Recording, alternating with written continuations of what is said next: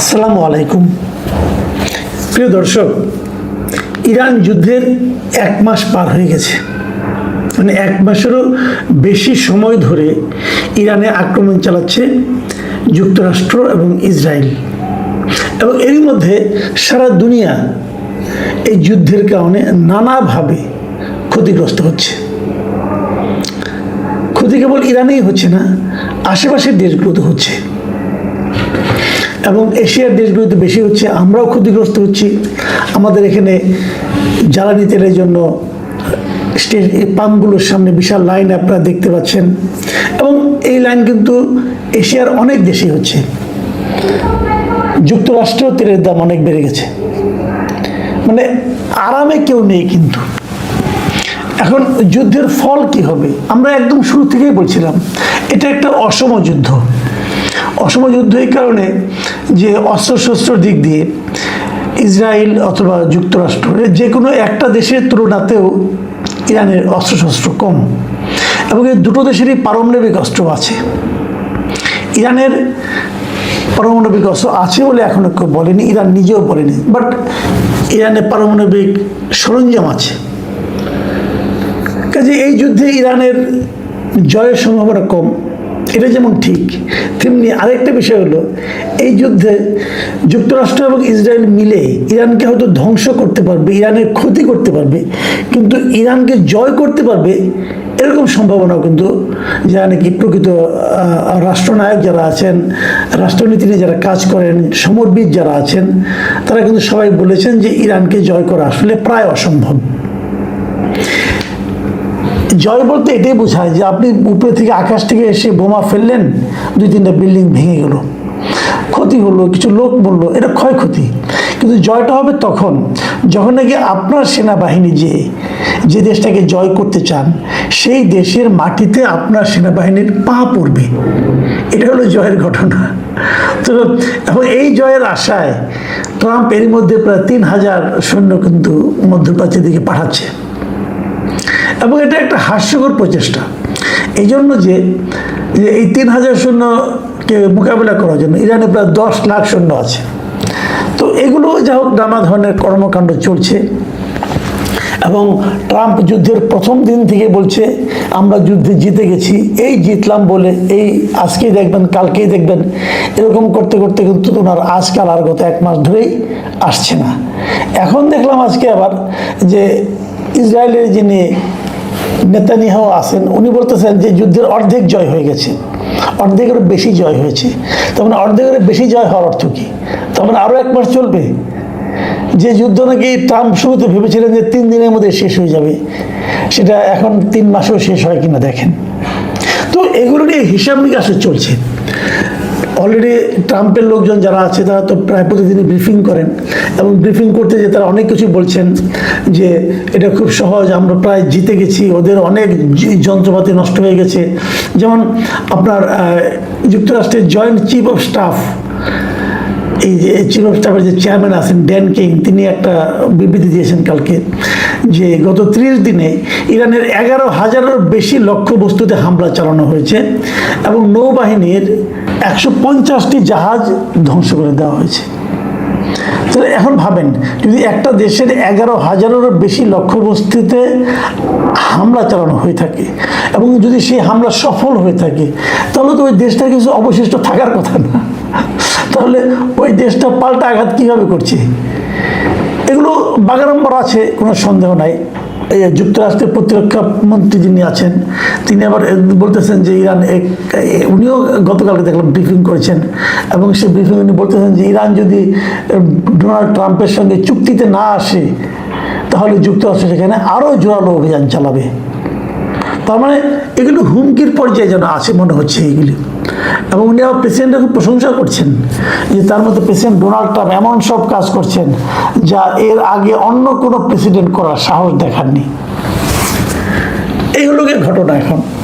এখন মানে আমরা যদি হিসেব করি যে আসলে এখান থেকে যুক্তরাষ্ট্রের লাভটা কী হলো? এই যুদ্ধের এই যে 1 মাস পরে যদি আমরা হিসাব নিকাশ করতে বসি, যুক্তরাষ্ট্রের লাভটা কী হয়েছে? এক হিসেবে দেখা গেছে তাদের প্রতিদিন প্রায় $2 বিলিয়ন এই যুদ্ধের কারণে $2 বিলিয়ন কিন্তু অস্ত্রশস্ত্রই তারা এখানে প্রয়োগ করেছে। এবং এরই মধ্যে আপনারা জানেন যে পেন্টাগন কিন্তু অলরেডি গভর্নমেন্টের কাছে আরও $200 বিলিয়ন চেয়েছে যে যুদ্ধের ব্যয়কে নির্বাহ করার জন্য।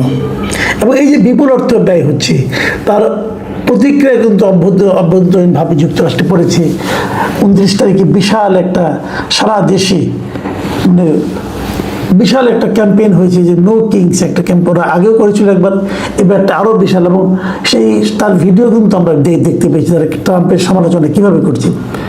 এবং এটা দেখার পর যারা যুক্তরাষ্ট্রে অনেক রাজনীতি সচেতন ব্যক্তি আছেন, যারা রাজনীতি বিশ্লেষক আছেন, তারা এটাও বলছেন যে সামনে যে মধ্যবর্তী নির্বাচনটা আছে যুক্তরাষ্ট্রে, সেখানে এই সমস্ত ঘটনা প্রবাহ রিপাবলিকানদের জন্য বড় একটা ক্ষতির কারণ হয়ে দাঁড়াবে। এবং আগামী যে কংগ্রেস হবে, সেই কংগ্রেসে হয়তো রিপাবলিকানদের এখনও তো তাদের প্রাধান্য আছে, এটা হয়তো অনেক কমে যেতে পারে। এগুলো বলছে লোকে, কী হবে বলা বড় কঠিন। তবে ওখানকার জিনিসপত্রের দাম বেড়ে গেছে, মানুষের মধ্যে এক ধরনের বিতৃষ্ণা, বিরক্তি চলে এসেছে ট্রাম্পের উপর। আমরা যদি সব মিলিয়ে ভাবি যে 1 মাস পরে আসলে কি হলো, প্রথমে ভেবেছিল যুক্তরাষ্ট্র তারা ইরানকে দখল করে নেবে, এখন দেখা যাচ্ছে তারা বোধহয় লক্ষ্য চেঞ্জ করেছে, এখন তারা হরমুজ প্রণালী দখল করতে চায়। ইরান নিয়ে তারা মাথায় ঘামাচ্ছে না। এই হরমুজ প্রণালী নিজেদের দখলে আনতে না পারার কারণে ট্রাম্প কতটা বিরক্ত হয়েছেন তার একটা নমুনা দেখা গেল যে ওনার যে ট্রুথ সোশ্যাল আছে নিজের মালিকানাধীন, উনি আবার অন্যগুলি ব্যবহার করেন না, সেখানে কিন্তু উনি এই ইউরোপিয়ান দেশগুলোর উপর, ন্যাটোর উপর খুব ন্যাটোভুক্ত যে দেশগুলো আছে তাদের উপর খুব খেপে গেছে। খেপে যে তিনি লিখেছেন যে আমরা তাদের কাউকে সাহায্য করব না, এখন আপনাদের যদি ওখান থেকে তেল আনতে হয় তাহলে আপনাদের নিজেদের আনতে, মানে উনি বেসিক্যালি এই যুক্তরাজ্য, তারপরে আপনার এই ফ্রান্স, এই সমস্ত দেশের উপর ওনার খুব ঝেড়েছেন আর কি। এবং উনি লিখেছেন নিজেদের লড়াই নিজেদেরই শিখতে হবে, যুক্তরাষ্ট্র আর সাহায্য করতে সেখানে থাকবে না, যেমন তোমরা আমাদের জন্য ছিলে না। যুক্তরাষ্ট্র কিন্তু হরমুজ প্রণালীকে দখলে নেওয়ার জন্য এই ইউরোপিয়ান কান্ট্রিগুলির কাছে হেল্প চেয়েছিল, এবং ইউরোপিয়ান এই কান্ট্রিগুলি বলেছিল এটা আমাদের যুদ্ধ না, এটা আপনার কাজ আপনি করেন। মোটামুটি খেপা। এবং সেখানে উনি আবার নিচের দিকে উনি যে পোস্ট যেটা দিয়েছেন, তো নিচের দিকে উনি লিখেছেন যে নিজেদের তেল নিজেরাই সংগ্রহ করুন, মানে যুক্তরাষ্ট্র তাদেরকে হেল্প করবে না। যাই হোক, এরকম হুমকি টুমকি দেওয়াতে ইউরোপিয়ান কান্ট্রিগুলো কতটুকু ব্যথিত হয়েছে অথবা আতঙ্কিত হয়েছে এটা বড় কঠিন, কারণ তারা এটা নিয়ে কোনো পাত্তাই দেয়নি। বরঞ্চ আমেরিকা থেকে ইসরায়েলের দিকে একটা সামরিক সরঞ্জাম বোঝাই একটা বিমান, একাধিক বিমান যুক্তরাষ্ট্র পাঠাতে চেয়েছিল। সেই বিমানগুলো ফ্রান্সের আকাশের উপর দিয়ে যাবে, এটা ফ্রান্স অনুমোদন করেনি। ফ্রান্স বলেছে যে অস্ত্রবাহী এই বিমানগুলো, এই প্লেনগুলো আমাদের আকাশের উপর দিয়ে যেতে পারবে না। এটাও কিন্তু ট্রাম্পের জন্য একটা মানে বড় ধরনের আঘাত, এবং ট্রাম্প অপমানিত বোধ করছেন। এবং ট্রাম্প বলেছেন যে এটা ফ্রান্স খুবই তাদের প্রতি অসহায়ক আচরণ করেছে। এবং তারপরে উনি পোস্টে এমনভাবে শেষ লিখেছেন যে যুক্তরাষ্ট্র এটা মনে রাখবে।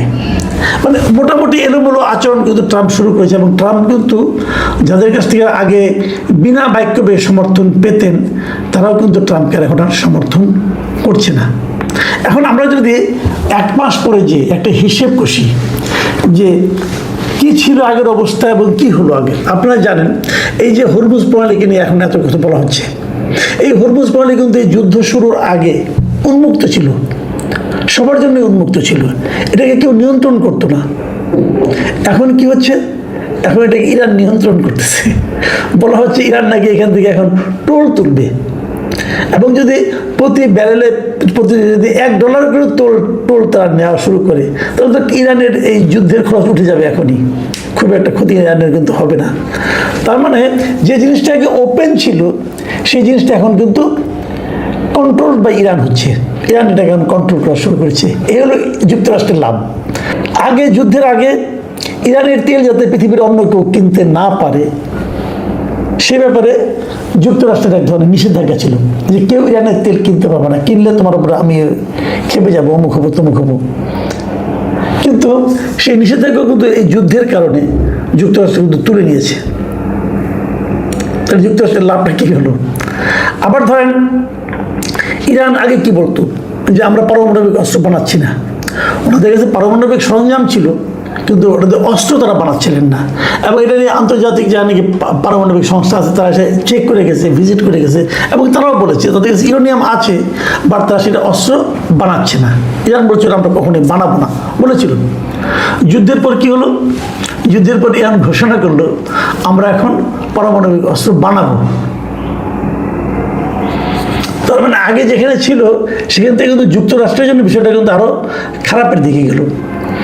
আপনারা জানেন যে এই মধ্যপ্রাচ্যের বিভিন্ন দেশে, কাতার, বাহরাইন, অথবা আপনার আরও যদি গালফ যে কান্ট্রিগুলো, ইউএই, এগুলোতে যুক্তরাষ্ট্রের অনেক সামরিক স্থাপনা ছিল, বেজ ছিল। হ্যাঁ, এখানে রাডার সম্বলিত অনেক বেজ ছিল, অনেক বড় বড় অস্ত্র ছিল। এগুলো ছিল যুক্তরাষ্ট্রের একটা সম্পদ। সম্পদ এই অর্থে যে এগুলো দিয়ে কিন্তু তারা পুরো এলাকাটাকে মনিটরিং করতে পারতো, পুরো এলাকাটাকে উপর নিয়ন্ত্রণ প্রতিষ্ঠা করতে পারতো। এগুলো যুক্তরাষ্ট্রের সম্পদগুলো, সেই যে সম্পদগুলো, সেগুলো এখন যুক্তরাষ্ট্রের জন্য মাথা ব্যথার কারণ হয়ে দাঁড়িয়েছে। কারণ ইরান কিন্তু বেছে বেছে এগুলোর উপরে অ্যাটাক করছে। এখন যুক্তরাষ্ট্রের জন্য এটা হলো একটা মাথা ব্যথা। আর যুক্তরাষ্ট্রের অভ্যন্তরে যে ঝামেলাগুলো হতো, যে ট্রাম্প ক্ষমতায় আসার পর তাদের যে মূল্যস্ফীতিটা ছিল সেটা কিন্তু নিম্নগামী ছিল। এখন সেই মূল্যস্ফীতি বাড়তে শুরু করেছে, মানে ঊর্ধ্বগামী হচ্ছে। তো ট্রাম্প পেলেনটা কি? সবচেয়ে বড় কথা, ট্রাম্পের সরাসরি যেটা অর্জন আমি বলবো সেটা হলো সারা দুনিয়ায় এই নির্বাচনের আগেও কিন্তু, প্রথমবার নির্বাচনের পরে এইবার দ্বিতীয়বার নির্বাচনের আগে তার একটা ইমেজ ছিল যে উনি যুদ্ধ থামান, যুদ্ধ করেন না। উনি নিজেও বলতেন, উনি নোবেল শান্তি পুরস্কারও চেয়েছিলেন এই জন্য যে উনি শান্তির জন্য অনেক কাজ করছেন, যুদ্ধ উনি থামান। কিন্তু তার সেই মানে আপনার যুদ্ধ বিরোধী যে ইমেজটা ছিল সেটা একেবারেই ধ্বংস হয়ে গেছে। এখন উনি যুক্তরাষ্ট্রের সবচেয়ে যুদ্ধবাজ প্রেসিডেন্ট হিসাবে অলরেডি খ্যাতি পেয়ে গেছেন। তার পাগলামি বেড়ে গেছে, তাকে নিয়ে প্রতিনিয়ত মিমস হচ্ছে, ট্রল হচ্ছে, এগুলো আমরা দেখছি। এবং কেউ কেউ দেখলাম তাকে হিটলারের সঙ্গে তুলনা করছে। এখন সবশেষ প্রশ্ন হলো যে এরকম লেজে গোবরের অবস্থায় যুক্তরাষ্ট্রকে তাহলে তাদের জয়টাকে নিশ্চিত করার জন্য, অনেকে বলছেন এই ধরনের কথা বলছেন, এই জয়টাকে নিশ্চিত করার জন্য ট্রাম্প হয়তো বা ইরানে তার পারমাণবিক বোমাও কিন্তু ফেলতে পারে। এ ধরনের আশঙ্কা আদৌ আছে কিনা যুক্তিগ্রাহ্যভাবে চিন্তা করলে থাকার কথা না। এই কারণে যদি ইরানে পারমাণবিক বোমা ফেলেন উনি, তাহলে তার প্রতিক্রিয়া কিন্তু এই সৌদি আরব অথবা ওমান, এই সমস্ত দেশের উপরে কিন্তু পড়বে, মধ্যপ্রাচ্যের অন্যান্য অনেক দেশের উপরে কিন্তু পড়বে। কারণ পারমাণবিক তেজস্ক্রিয়া যেটা আছে সেটা কিন্তু খালি এক জায়গায় সীমাবদ্ধ থাকে না, এটা কিন্তু ছড়িয়ে পড়ে। তো এই সমস্ত মিত্র দেশগুলো তারা সেটা কি মেনে নেবে কিনা, এটা নিয়েও কিন্তু একটা ঝামেলা আছে। কিন্তু সেটা যে তারা করবে এই ধরনের সম্ভাবনা একটু কম। কিন্তু অনেকে মনে করছেন যুক্তরাষ্ট্র এমনও হতে পারে ইসরায়েলের মাধ্যমে এটা ফেলতে পারেন। এখন কি হবে এটা বলা বড় কঠিন। তবে যা কিছুই হোক না কেন, যুক্তরাষ্ট্র বলেন, ইরান বলেন, ইসরায়েল বলেন, এমনকি সারা দুনিয়া বলেন, এটা সবার জন্যই হবে খুবই নেতিবাচক এবং খুবই ভয়াবহ। তারপরও কি হবে আমাদের দেখার জন্য আরও কিছুদিন অপেক্ষা করতে হবে। প্রিয় দর্শক, এখন এই পর্যন্তই। আল্লাহ হাফেজ।